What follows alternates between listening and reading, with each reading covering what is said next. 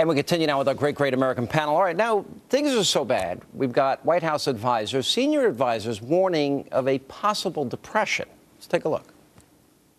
We are 7 days away from an unprecedented financial event in this country's history, one that could potentially put us towards a depression, because the House Republicans, led by Speaker Boehner, are unwilling to compromise 1 inch. All right, now, I think it's inevitable. S&P has said it's a better than 50% chance, regardless of the deal, we're going to be downgraded. We've been downgraded by another less-known credit agency. Sure. Moody's pretty much has said it's going to happen. This is all on the president's watch. They're saying this may be a depression. And this is what the president goes out. We've got to live within our means. We have $4 trillion of Obama debt. We need to make tough choices. He has spent like a drunken sailor on steroids.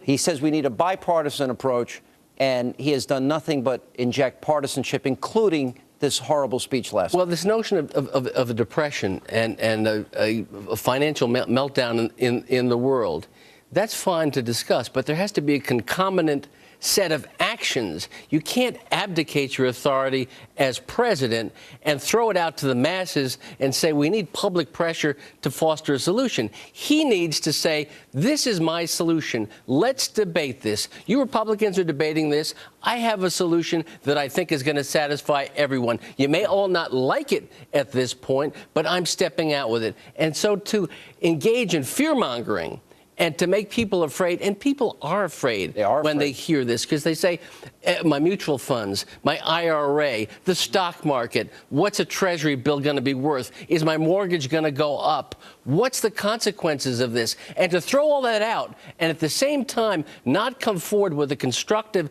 solution that engages all Americans, that's wrong. This now goes to Caroline, because you're right. And I agree with you. And add to that 18% real unemployment. Add to that all the Americans whose homes, their key investment is underwater. This is a real problem. And we're sitting on another housing bubble.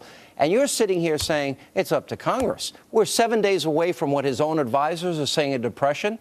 And he doesn't have the leadership skills.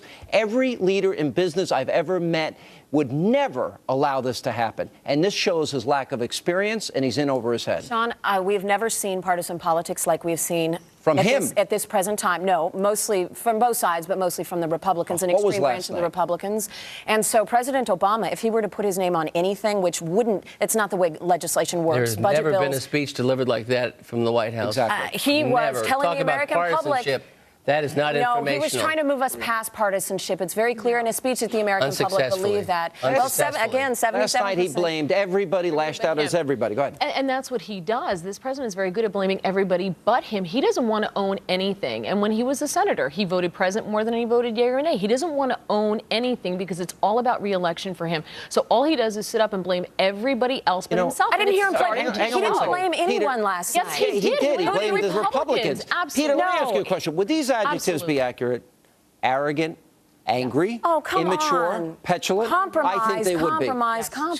I hope in the end that they are not accurate. I'm asking up to this point. I'm not trying to put you on the spot. Well, it's not putting me on the spot. At this moment, unfortunately, they're accurate. We need coalition building, and we need some prayers, and we need people to come together on this issue and say, let's get it resolved in a way that the country goes forward, and that we say to the world, we are united, we are strong, we are the world's leader in finance, we are the world's leader in geopolitics. Look at the U.S. Don't look at the U.S. squabbling with each other and a president vilifying one party who happens to be out of power. We are going to be Greece. We are. We can't possibly be Greece. Yes, we can coin our own internationally traded currency. There's no way we will ever be Greece. Caroline, that doesn't even make sense. 5 years will be Greece. 5 years will be Greece. Yes. You agree? Look at Japan. Yes. We don't have the same economic policy. That doesn't even make sense. Thank you for being with us. 5 years. And coming up, there's been a lot of talk about the president invoking the 14th Amendment to the Constitution to raise the debt ceiling all by himself. Is that a possibility? We'll have a constitutional expert, Dr. Larry Arnn, next.